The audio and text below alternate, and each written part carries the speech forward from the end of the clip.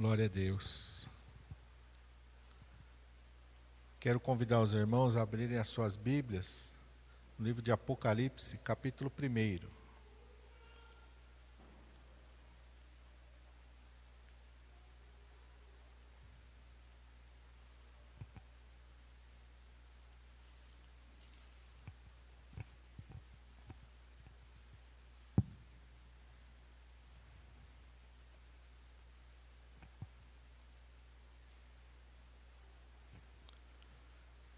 E eu quero ler com os irmãos a partir do versículo 4. Apocalipse, capítulo 1, a partir do verso 4. Está escrito assim: João, às 7 igrejas que estão na Ásia, graça e paz seja convosco da parte daquele que é, que era e que há de vir, e da dos 7 espíritos que estão diante do seu trono, e da parte de Jesus Cristo, que é a fiel testemunha, o primogênito dentre os mortos e o príncipe dos reis da terra, aquele que nos amou e em seu sangue nos lavou dos nossos pecados e nos fez reis e sacerdotes para Deus e seu Pai. A ele glória e poder para todo o sempre. Amém. Vamos orar. Pai, em nome de Jesus, nós estamos diante da tua presença, neste lugar, Senhor, que é consagrado a ti, onde a tua igreja está reunida nesta manhã. Aqueles que foram salvos, aqueles que foram lavados e remidos no sangue do Cordeiro. Aqueles, ó Senhor Jesus, aos quais o Senhor comprou com o seu sangue, de todas as tribos, povos, línguas e raças, ó Senhor. E a tua palavra nos diz que o Senhor nos separou para si, e nos fez povo seu e ovelhas do seu pastoreio. E o teu Espírito Santo tem a liberdade de se mover e de falar aos nossos corações nesta manhã, Senhor. Usa-me, Pai, eu te peço, na unção e no poder do teu Espírito Santo, Pai. Enquanto o Senhor fala com a tua igreja e vem de encontro a cada vida, a cada coração, ó Pai. É o que eu te peço em nome de Jesus. Amém. Glória a Deus. Aleluia. Estava lendo aqui, estava meditando, e o Senhor falou comigo através do sacrifício de Jesus. E aí eu comecei a meditar no sacrifício do Senhor Jesus e naquilo que o Senhor Jesus veio para fazer. E o Senhor me levou a outras passagens, eu fui lendo, e às vezes eu não entendo, às vezes o que Deus quer falar. Às vezes eu sei para mim, mas eu não consigo transmitir. E aí eu fico ali, Senhor, eu não consigo ainda expressar, não consigo transmitir. O Senhor vai me levando, vai me fazendo lembrar de vários textos, eu vou lendo, e o Senhor me levou até esse texto. E aqui fala da obra do Senhor Jesus Cristo em nosso favor, em favor das nossas vidas, em favor da igreja, em favor dos salvos. E aqui ele está falando, no versículo 6, nos fez reis e sacerdotes para Deus e seu Pai. A ele a glória e o poder para todos sempre. Amém. Final do 5 ele fala: aquele que nos amou e em seu sangue nos lavou dos nossos pecados. Para quê? Qual é o propósito da igreja? Qual é o propósito de Deus para nós? E aqui no versículo 6 ele fala este propósito de nos fez reis e sacerdotes para Deus e seu Pai. Não somente ele nos destinou para a vida eterna, não somente ele tem preparado para nós as mansões celestiais, mas ele fez isso com um propósito. Ele fez com o propósito de nos tornar, ele nos tornou reis e sacerdotes. Reis se refere a governo, sacerdócio significa serviço. Então o Senhor nos separou para o governo e para o serviço. Amém? Então aquela coisa muito popular que a gente imagina aqui no céu, vai ser um lugar para você ficar deitado o dia inteiro, naquela grama verdinha, sem fazer nada, rolando, deitado numa rede, tomando uma aguinha de coco, pode esquecer. O céu é um lugar de descanso, sim. Descanso das coisas deste mundo. Mas nós vamos servir a Deus, como os anjos o servem. O céu não é um lugar de ociosidade, é um lugar de serviço. E o céu também é um reino, tem um governo sobre o céu. E aqui a palavra do Senhor diz que o Senhor nos deu essas duas funções de governo e de serviço. E aí eu comecei a meditar e a perguntar para o Senhor, né? E aí o Senhor me levou para Mateus capítulo 20. Vamos lá, Mateus capítulo 20, para a gente entender. E o Senhor, tudo que se refere a nós, o Senhor vai nos revelar através de Jesus Cristo. Tudo que se refere à igreja, o Senhor revela através de Jesus Cristo. Porque Jesus Cristo é o cabeça da igreja. O Senhor Jesus Cristo é onde nós temos que olhar e nós temos que ser como Ele. Ele nos chamou para sermos como Ele. Ser discípulo significa que eu vou aprender com alguém e que eu vou imitar alguém. Então, se eu sou discípulo do Senhor Jesus, eu tenho que olhar para Jesus. Se eu sou discípulo do Senhor Jesus, eu tenho que imitar o Senhor Jesus. Eu tenho que fazer o que Ele faz, eu tenho que aprender com Ele. E Jesus disse, aprendei de mim. Quem quiser vir após mim. Então, são chamados do Senhor para nós aprendermos dEle, para nós o imitarmos e para nós seguirmos a Ele. E aqui em Apocalipse 20, a partir do versículo 25, o Senhor está escrito assim: então Jesus, chamando-os para junto de si, os seus discípulos, ele disse, bem sabeis que pelos príncipes dos gentios são estes dominados, e que os grandes exercem autoridade sobre eles. Não será assim entre vós, mas todo aquele que quiser entre vós fazer-se grande, seja o vosso servente, e qualquer que entre vós quiser ser o primeiro, seja o vosso servo. Bem como o Filho do Homem não veio para ser servido, mas para servir e dar a sua vida em resgate de muitos. Jesus está falando da sua obra, Jesus está falando da sua missão, e Jesus está instruindo aos seus discípulos a serem desta maneira. Ele disse assim, olha, lá fora, no mundo, nós sabemos que as coisas são diferentes. Os príncipes dos gentios exercem autoridade e governo sobre eles. Não será assim entre vós. Como é que vai ser entre vós? Como é que é dentro da igreja? Como é que é no corpo de Cristo? Aquele que quiser entre vós fazer-se grande, seja o vosso servente. E qualquer que entre vós quiser ser o primeiro, seja o vosso servo. E aí ele vai apontar para ele. Porque o exemplo vem dele. Porque ele é aquele que nos inspira, aquele que nos serviu de modelo e de exemplo. Bem como o Filho do Homem não veio para ser servido, mas para servir e dar a sua vida em resgate de muitos. Então, quando lá em Apocalipse o Senhor diz que Ele nos constituiu, nos fez para si reis e sacerdotes, Ele nos destinou para governo e serviço, o Senhor Jesus está mostrando que primeiro vem serviço. Primeiro vem o serviço. Antes de exercermos o governo, nós exercemos o serviço. Jesus está apontando para ele, eu desci do céu para servir. Para servir. E como é que o sacerdote serve? Nós vamos aprender como é que é o serviço do sacerdote. E por que Jesus veio para servir? Em João 18:36, quando ele está sendo interrogado para Pilatos, ele diz, o meu reino não é deste mundo. Algumas pessoas confundem, pegam esse versículo e falam que nós, agora, nesse tempo presente, nós temos que reinar sobre a terra. O reino do qual nós participamos não é agora. Quem é que está dizendo isso? Pastor, como é que o senhor disse isso? Jesus está falando, o meu reino não é desse mundo. O reino de Deus ainda não é aquele que está governando nesse mundo. Jesus disse que quem está governando agora é o príncipe das trevas, é Satanás. O apóstolo Paulo também vai falar isso lá em Efésios, que é um príncipe que governa o curso deste mundo. Esse mundo está sendo governado por uma influência maligna, por isso que nós vemos tanta maldade. Tanta perversidade, e cada dia mais cresce a maldade, e cada dia mais cresce a perversidade, porque o homem está sendo governado, influenciado pelo príncipe deste mundo, e o príncipe deste mundo, Satanás.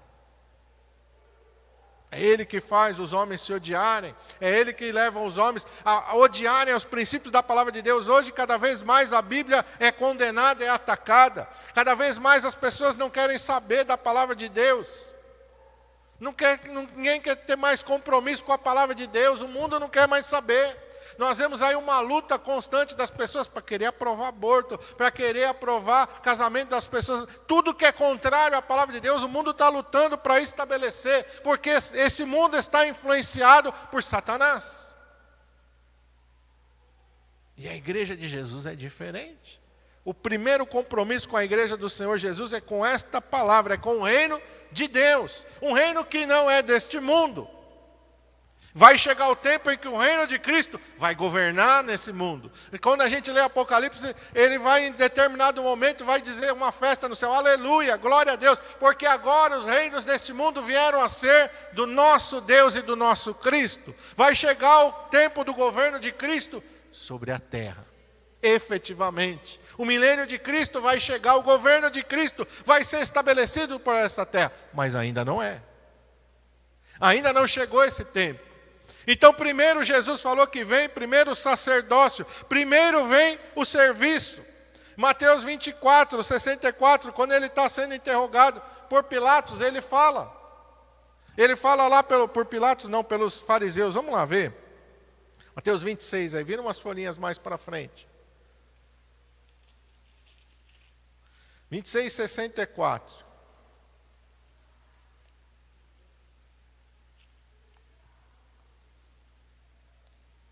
Ele está ali sendo interrogado pelo Sinédrio, e eles estão querendo que ele fale, né? No 63 ele diz, conjuro-te pelo Deus vivo que diga se tu és o Cristo, o Filho de Deus. Disse-lhe Jesus, tu disseste. Digo-vos, porém, que vereis em breve o Filho do Homem assentado à direita do poder e vindo sobre as nuvens do céu. Jesus está falando que vai chegar o tempo em que o governo dele vai ser estabelecido sobre a terra. Ele está falando em breve, não é agora. Agora vocês têm poder sobre mim, tanto que eu estou preso. Vocês vão me açoitar, vocês vão me entregar para os romanos vão me açoitar, vão me crucificar, porque ainda não chegou o tempo do meu governo sobre esta terra. Eu estou aqui como sacerdote, eu estou aqui como Cordeiro de Deus, eu estou aqui para entregar a minha vida para resgate de muitos, mas vai chegar o tempo em que eu vou voltar, e eu vou voltar como rei, como soberano, como dominador, aquele que tem uma vara de ferro em suas mãos para governar esta terra com justiça e com juízo. Vai chegar esse tempo, em breve, ainda não chegou, Jesus está falando. Em Atos 1, quando os discípulos estão ali, vendo o Senhor Jesus subir para o céu, vamos lá, Atos capítulo de número 1. Também ali vai haver uma ênfase que o reino do Senhor vai chegar e ainda não estava estabelecido sobre esta terra. Atos capítulo 1.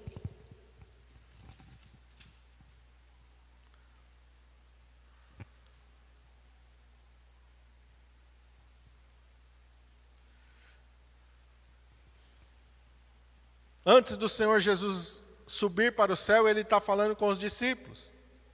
Aqueles, pois, que haviam se ajuntado, perguntaram-lhe, dizendo, estou perguntando para Jesus, Senhor, restaurarás tu neste tempo o reino a Israel? Que eles estão querendo que o Senhor Jesus já governe sobre a terra. É essa a pergunta dos discípulos. Tu já vais restaurar o reino a Israel? Tu vai governar sobre esta terra? Vai derrotar os romanos? Vai acabar com a injustiça e com a maldade do mundo? A resposta do Senhor, no verso 7, disse-lhes, não vos pertence saber os tempos ou as estações que o Pai estabeleceu pelo seu próprio poder. Então ainda não era o tempo. Jesus está falando ainda, calma, não é agora, vocês ainda não sabem o tempo. E Jesus depois fala, quando é que Jesus vai voltar? Quando é que vai ser o arrebatamento? Se alguém marcar a data, é um falso profeta. Qualquer pessoa que marca a data da volta de Jesus Cristo é um falso profeta. Jesus disse, daquele dia, hora, ninguém sabe, nem os anjos no céu, nem o Filho, senão somente o Pai. Como é que um homem vai poder dizer, não, Jesus vai voltar dia tal? Mentira, falso profeta. Tem aí no YouTube, aí um que está marcando, já marcou umas 2 vezes a volta de Jesus aí. Falso profeta, mentiroso. Ninguém tem esse poder, essa autoridade de marcar o dia que o Senhor Jesus vai voltar. Pertence ao Pai. E somente ao Pai. Nem os anjos do céu sabem, nem o Filho. Somente o Pai. É isso que Jesus está falando. Não pertence ao homem saber quando. Mas vai chegar. A gente sabe que está próximo. Porque Jesus, em Mateus 24, ele deu vários sinais que antecederiam a volta de Jesus. E nós sabemos que estão se cumprindo. guerras, rumores de guerras, fomes, terremotos em vários lugares, pestes. O retorno de Israel à sua terra, ao se tornar de novo uma nação. Nós sabemos que está próximo, mas o dia e a hora, nós não sabemos. Então o governo de Cristo, Jesus está falando, ainda não está estabelecido sobre esta terra. Agora está o governo de Satanás. Mas vai chegar o tempo em que o governo de Cristo vai ser estabelecido. E quando é que o governo de Cristo vai ser estabelecido? Vamos lá para Mateus 24, quando Jesus fala sobre estas coisas no sermão profético. E aí a gente vai entender quando que vai chegar o governo de Cristo sobre a terra. Mateus 24, a partir do versículo 29, Jesus está falando sobre a aflição, sobre a grande tribulação. E aí ele fala assim, no verso 29, logo depois da aflição daqueles dias, o sol escurecerá, a lua não dará a sua luz. Já aconteceu isso? Não. Amém? Ainda não aconteceu. Ele não está falando de um eclipse, de um evento, ele está falando de um cataclisma, de o sol escurecer. Não por só um eclipse, mas um evento que vai atingir toda a terra. O sol escurecerá, a lua não dará a sua luz, as estrelas cairão do céu. Ainda não estamos vendo isso. Estrela é diferente de meteoro, é diferente. O que vai acontecer vai ser algo que nunca aconteceu. As estrelas cairão do céu, as potências dos céus serão abaladas. Verso 30, então aparecerá no céu o sinal do Filho do Homem, e todas as tribos da terra se lamentarão, e verão o Filho do Homem vindo sobre as nuvens do céu, com poder e grande glória. Aí vem o reino de Jesus Cristo. Aí o governo de Jesus Cristo vai ser estabelecido sobre essa terra, mas ainda não chegou esse tempo. Ainda os homens riem, ridicularizam do Evangelho e do Senhor Jesus Cristo. Mas naquele dia se lamentarão.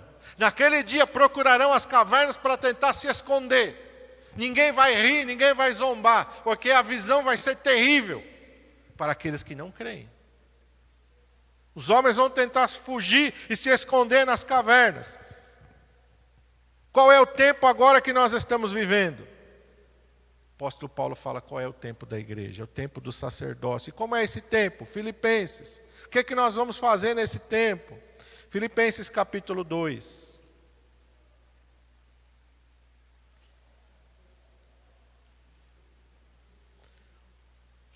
Aqui tem pessoa que distorce esse versículo. E tem pessoa que ensina distorcido esse versículo. Não, o crente tem que reinar sobre a terra. O crente... Não, irmão, não é agora que nós vamos reinar, não. Amém? Não é agora que nós vamos reinar, não. Agora nós estamos no tempo do sacerdócio, do serviço. Olha o que Paulo fala aí, Filipenses capítulo 2, a partir do versículo 3. Nada façais por contenda ou por vanglória. Está entendendo? O que é a vanglória? Não, o crente ele tem que ser o melhor em tudo. Para receber glória? Não. Você tem que ser o melhor sim, ou aquele mais comprometido, aquele mais fiel, aquele mais honesto, como Daniel, no capítulo 6. Daniel está lá no governo da Babilônia, se corrompeu? Não. Fazia as coisas de qualquer maneira? Não. Havia nele um espírito excelente. Para Daniel receber glória para si? Não. Daniel está servindo. Daniel está no governo da Babilônia, mas Daniel está todos os dias orando para Jerusalém. Por que Daniel está orando? Ele está orando pela restauração da nação de Israel. Ele está orando pelo seu povo, ele está servindo ao rei da Babilônia ou da Pérsia, mas ele está fisicamente, mas espiritualmente ele está servindo ao seu povo. Amém? Ele está ali, Esther, Deus coloca Esther lá como rainha, para Esther falar, agora eu sou a rainha da Pérsia, cuidado, quem me odiava aí, agora eu tenho poder. Não. Por que Deus coloca Esther como rainha? Para servir ao seu povo e livrá-los da perseguição que Amã levantou contra eles. Um propósito de Deus de servir. É isso que Mardoqueu fala para ela, quando ela fica em dúvida se ela vai lá clamar pelos judeus perante o rei. Mardoqueu fala, olha, Deus te colocou aí com um propósito, minha filha, não esqueça disso. Não foi para você ficar aí como rainha, recebendo glória, enquanto seu povo morre, não. Foi para você dar a sua vida pelo seu povo. E se você se calar, e se você se omitir, Deus vai levantar outro no seu lugar. Então as pessoas confundem, acham que o crente tem que receber glória, louvor dos homens, está errado. Agora Deus nos levantou para servir, nada façais por contenda ou por vanglória, mas por humildade. Cada um considere os outros superiores a si mesmo. Não atente cada um propriamente para o que é seu, mas cada qual também para o que é dos outros. De sorte que haja em vós o mesmo sentimento que houve também em Cristo Jesus. O que Paulo está fazendo? A mesma coisa que Jesus falou. Quando os discípulos estavam lá, ele falou, olha, peraí, lá fora no mundo, lá nos gentios é de um jeito. Aqui entre nós, entre os discípulos, aqui no meio do corpo de Cristo, é diferente. Paulo também está exortando a igreja, olha, lá fora é uma coisa, aqui dentro é outra. Nós vivemos de uma outra maneira, e ele está apontando também para Jesus. Jesus apontou para si, e Paulo está apontando para Jesus. Olha, de sorte que haja em vós o mesmo sentimento que houve também em Cristo Jesus. Que sentimento é esse? Verso 6. Que sendo em forma de Deus, não teve por usurpação ser igual a Deus, mas esvaziou-se a si mesmo, assumindo a forma de servo, fazendo-se semelhante aos homens, e achado na forma de homem, humilhou-se a si mesmo, sendo obediente até a morte, e morte de cruz. Primeiro vem o serviço, depois do serviço, depois do esvaziamento, o que vem? O governo. Aí, o que ele continua dizendo? Verso 9, por isso também Deus o exaltou soberanamente, lhe deu um nome que é sobre todo nome, para que ao nome de Jesus se dobre todo o joelho dos que estão nos céus, na terra e debaixo da terra, e toda a língua confesse que Jesus Cristo é o Senhor, para a glória de Deus o Pai. Primeiro Jesus veio como servo sofredor, agora ele vai voltar como governador, como aquele que vai reger as nações com vara de ferro. Mas primeiro, o servo sofredor. Nós como igreja agora, primeiro nós somos servos. O mesmo sentimento que teve em Cristo Jesus tem que ter em nós. E aí o Senhor falou no meu coração, você ora só por você, só pelas suas necessidades, ou você ora pela igreja? Ou você ora pelo corpo de Cristo? Você se preocupa só com as suas necessidades ou você se preocupa com a necessidade do corpo de Cristo? Você, quando olha para esse mundo, você se preocupa com aqueles que estão morrendo, estão indo para o inferno, ou você se preocupa somente com o seu bem-estar? Porque sacerdócio, serviço é diferente. E agora nós estamos no tempo em que a igreja está na terra como sacerdócio. A nossa função é conduzir as pessoas a Deus, é não conduzir as pessoas a Cristo. Nós estamos aqui para pregar o Evangelho, nós estamos aqui para servir. Jesus veio aqui para servir, Ele não veio para ser servido. Não vamos nos esquecer daquilo que o Senhor falou. Jesus não se apresentou para ser servido, Ele vai ser servido por toda a eternidade, mas primeiro Ele nos deu exemplo. Amém? Ele nos deu o exemplo. Ele veio e mostrou como é que nós devemos viver nesse período agora. Depois nós vamos entrar na glória, depois nós vamos exercer o governo com Cristo. Mas agora somos sacerdotes. Agora é o serviço sacerdotal que cabe a nós, que cabe à igreja. Porque depois do sacerdócio vem o governo. Mas se eu não fizer aquilo que Deus quer que eu faça agora, eu não vou chegar no tempo do governo. Amém? Qual é a função sacerdotal? Pastor, o senhor está falando de sacerdócio, qual é a função sacerdotal? Hebreus. Vamos lá para Hebreus. Capítulo 5.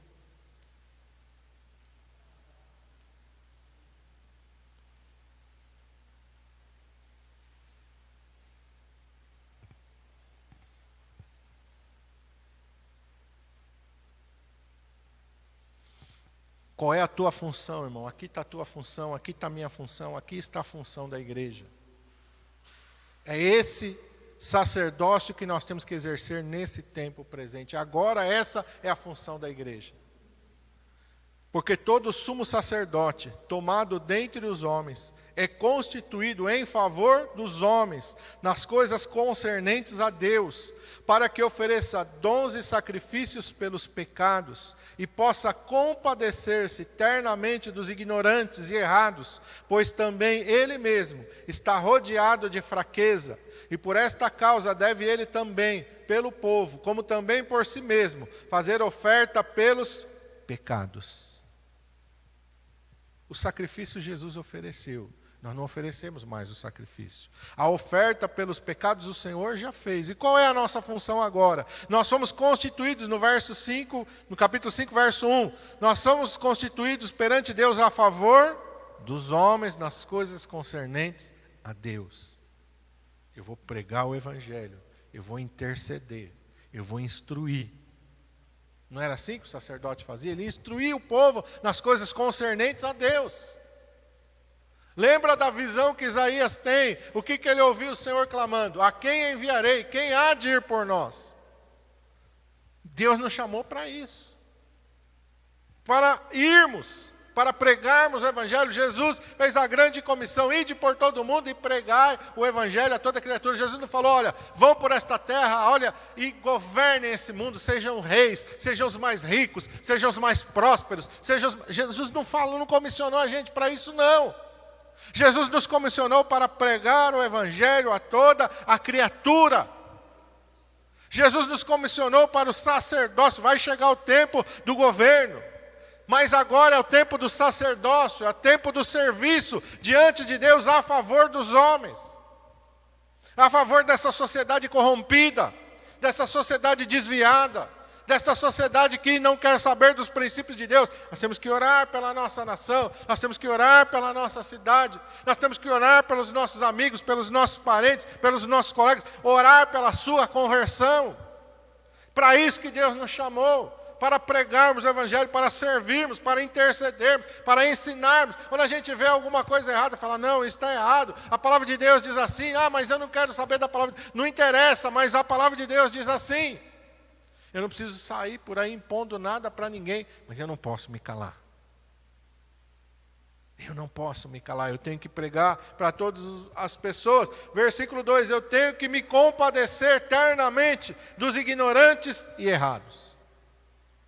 Não posso odiar as pessoas. A nossa luta não é contra a carne e sangue, diz o apóstolo Paulo. Mas tem uma pessoa que só me procura o meu mal.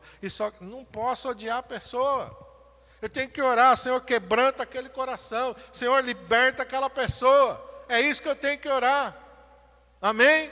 É dessa maneira que eu tenho que orar. Eu tenho que me compadecer dos ignorantes e dos errados. E eu tenho que fazer o quê? Orar tanto por mim, como por eles. No verso 3. Então, eu não posso orar só por mim. Não posso viver preocupado só com as minhas necessidades. A igreja, ela é o sal da terra, ela é a luz do mundo. Quando a gente acende uma lâmpada, a lâmpada ela ilumina para fora, ela não ilumina para dentro. Já pensou uma lâmpada que ilumina só dentro dela? Qual a função dela? Comprei uma lâmpada nova, eu ponho ela aqui, mas ela não ilumina o ambiente, é só dentro dela. Se eu quiser ver a luz dela, eu tenho que olhar para dentro dela. Qual a utilidade disso? Uma lâmpada que é revestida com um negócio lá que não deixa passar a luz. Eu quiser ver a luz da lâmpada, eu tenho que ir lá por uma frestinha olhar a luz lá dentro. Qual a função disso? Ninguém compra uma lâmpada assim. A lâmpada é para irradiar a luz para fora. Deus te chamou para manifestar a glória dele neste mundo. Sal. Você come o sal sozinho? Eu comia sal sozinho. Minha mãe batia em mim. Põe um pouquinho de sal na língua. Gostava de fazer isso, né? Minha mãe falava, sal não é para isso. Menino, né? Eu tenho minha língua tudo cortada por causa do sal. Por causa disso. Sal, se você comer ele sozinho, não vai te fazer bem, não. O sal é para você temperar. Você vai colocar lá na comida, mas se você colocar demais também faz mal. Tem que ser na medida certa, assim tem que ser a nossa vida. É na medida certa. Você que chegar para uma pessoa aí, querer despejar tudo nela, não vai fazer bem para ela não vai conseguir digerir aquilo. Como é que põe sal? Você compra 1 quilo de sal lá. Agora eu estou mais craque na cozinha. Quanto tempo dura? Dura um tempão, ó. Não chega na primeira refeição que você vai fazer, vira o saco de sal lá. Aos pouquinhos. É assim que a gente evangeliza, aos pouquinhos. Colocando uma palavra, colocando outra palavra. Estão conversando lá sobre futebol. Coloca um versículo ali no meio. Coloca uma palavra de Deus ali no meio. Né? Meu vizinho que eu evangelizei durante muitos anos, seu Jocely, depois se converteu, hoje está na glória. Ele falava, André, vamos conversar, mas sem a Bíblia. Ele falava assim, porque ele já sabia, em qualquer assunto que a gente entrasse, eu ia dar um jeito de conversar. A Bíblia diz assim, a Bíblia diz assim. Ele ouvia, mas antes ele falava, vamos conversar, mas esquece a Bíblia, ele falava para mim. Mas não dá. Sempre o Espírito Santo me fazia lembrar de um versículo, eu ia jogando aquela pitadinha de sal na vida dele, até o momento que ele se converteu. Amém? Nem fui eu que levei ele a Cristo no final, ele se mudou, foi para Brasília lá, Deus usou um outro servo de Deus para levar ele a Cristo, mas ele se converteu, depois nós nos encontramos, nós nos alegramos. Amém? Aprenda, não é assim, não é impondo, chegando, pegando a pessoa pelo pescoço, tem que se converter, não. Pitadinha de sal, uma pitadinha de sal, vai semeando a palavra de Deus. Quem convence do pecado, da justiça e do juízo é o Espírito Santo, não é você que vai convencer. Se quiser convencer uma pessoa, você não vai convencer ninguém, vai uma briga. É o Espírito Santo que convence. Só nasce de novo quem é gerado pelo Espírito, não é gerado pelo intelecto, não. É pelo Espírito Santo que faz essa obra. Mas nós temos que nos compadecer deles. Mas nós temos que orar por eles. Nós temos que saber, e o Senhor nos colocou aqui nesta terra, para sermos sacerdotes santos de Deus. Para sermos sacerdotes santos do nosso Deus. E nós somos chamados por quem? Quem que nos comissionou? Verso 4, ninguém toma para si esta honra, senão aquele que é chamado por Deus como Arão. É Deus que nos comissionou para isso. Não fostes vós que me escolhestes a mim, antes eu vos nomeei, para que vades e deis fruto, e o vosso fruto permaneça. Ninguém vem a mim, se meu Pai não trouxer. Jesus falou. Amém? Ele nos comissionou, o Senhor, Deus nos comissionou e nos consagrou. Amém? É o Senhor que nos comissionou para isso.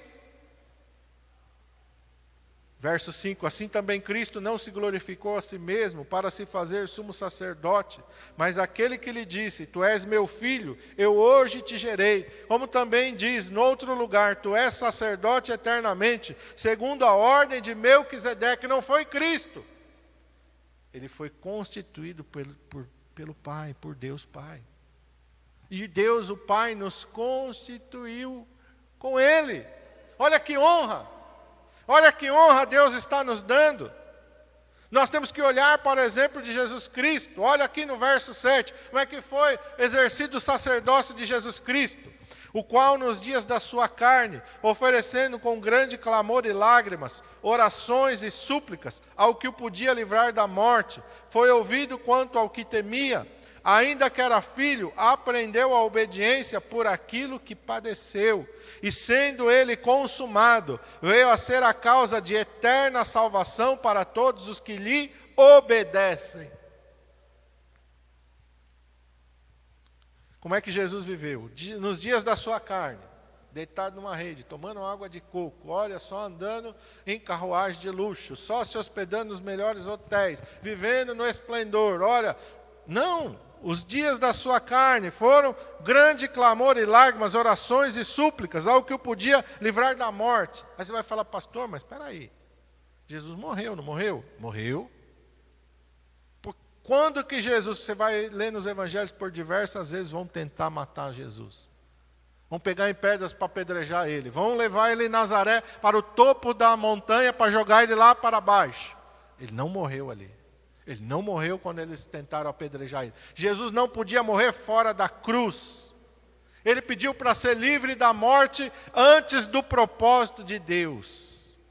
Ele não podia morrer sendo atirado de um penhasco para baixo em Nazaré. Ele não podia morrer quando os fariseus se enfureciam e pegaram pedras para apedrejá-lo. Ele tinha que morrer na cruz.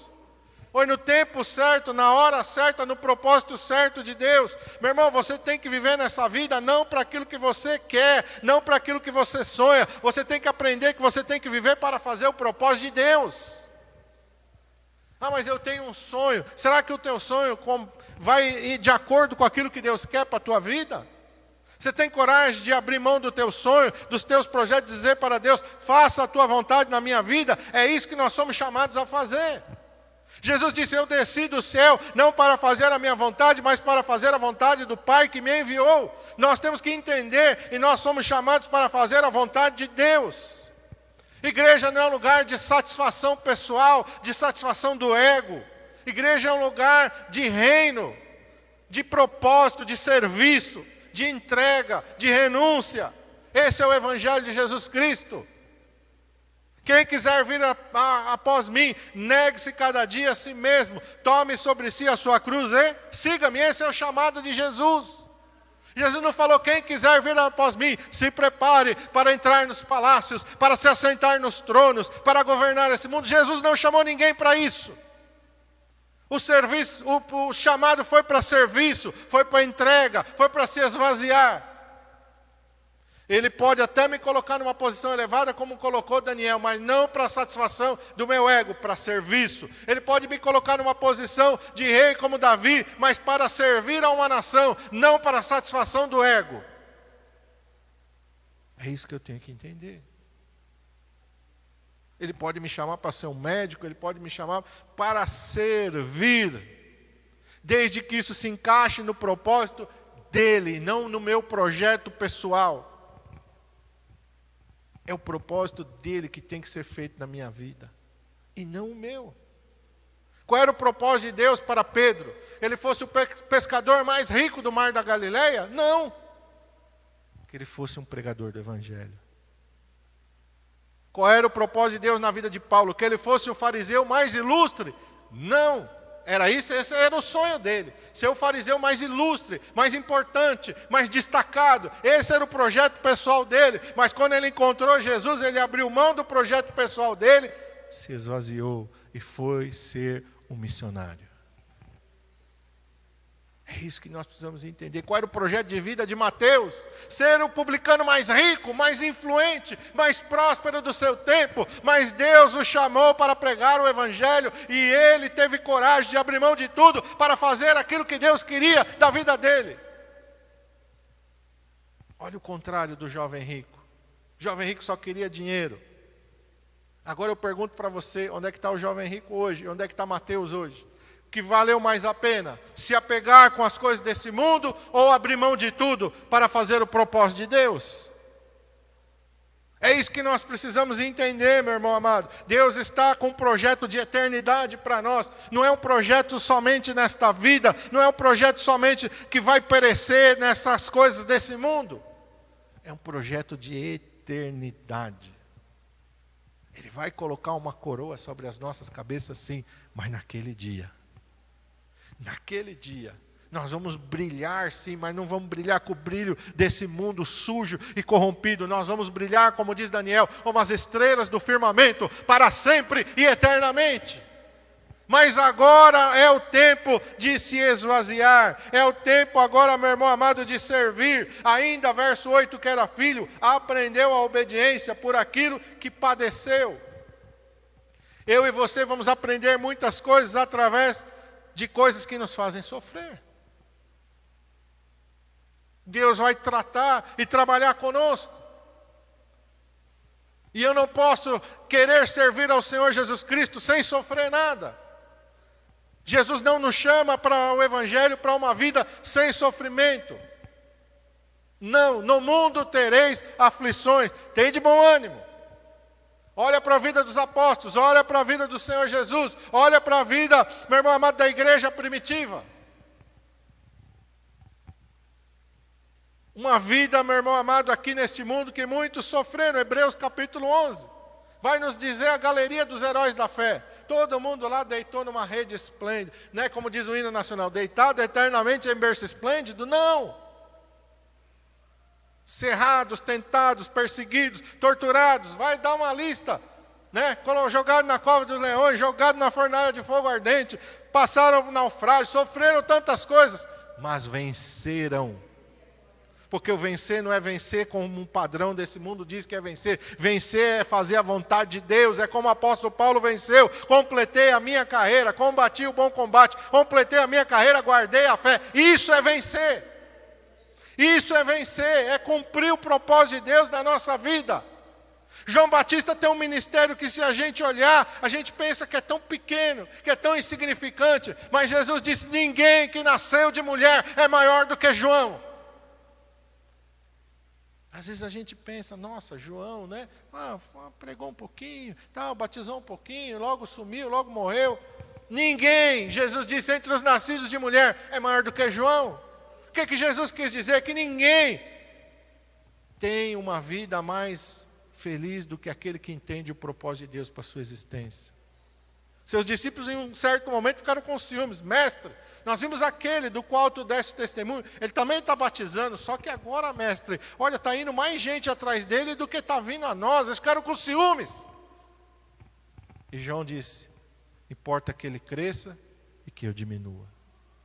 Eu vim e eu fiz aquilo que Deus me deu para fazer. Eu cumpri aquilo que o Senhor quis. Estou satisfeito. Ele falou, eu não sou o noivo, eu sou amigo do noivo. E eu me alegro vendo o noivo chegar para preparar a sua noiva. E se alegrar com ela, eu me alegro com ele. Eu não sou o Cristo, eu já disse para vocês, eu não sou o Messias. Eu somente sou uma voz do que clama no deserto. Não sou eu, é Ele. Ninguém é maior do que um homem, do que uma mulher que entende o seu propósito e o seu chamado. Que coisa maravilhosa aqui. Verso 9, sendo ele consumado, veio a ser a causa de eterna salvação para todos os que lhe obedecem. Fomos chamados para obedecer, para servir. É isso que nós temos que fazer. E eu quero terminar com vocês em 2 Coríntios 12, 15. O apóstolo Paulo também vai falar sobre o propósito de Deus na vida dele.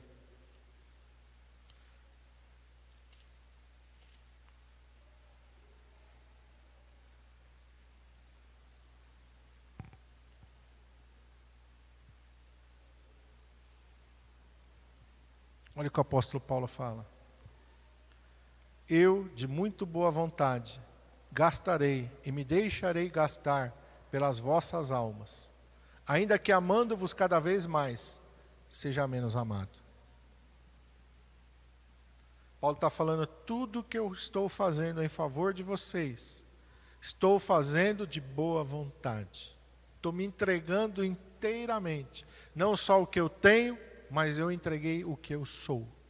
Eu vou gastar tudo que eu tenho e vou gastar toda a minha vida em favor de vocês. Ainda que amando-vos cada vez mais, eu seja menos amado. Paulo está dizendo, eu não estou buscando recompensa nesta terra. Eu não estou buscando reconhecimento nesta terra.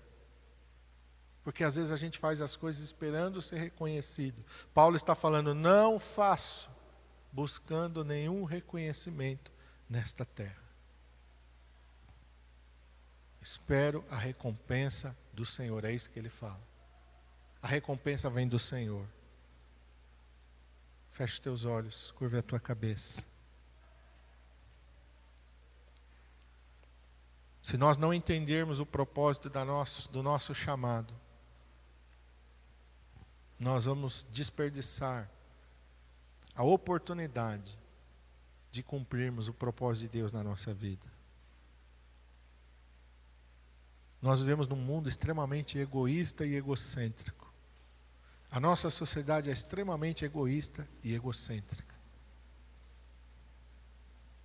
Não quero que os irmãos confundam a mensagem do Evangelho com a mensagem do marxismo e socialismo. Socialismo e marxismo são coisas demoníacas.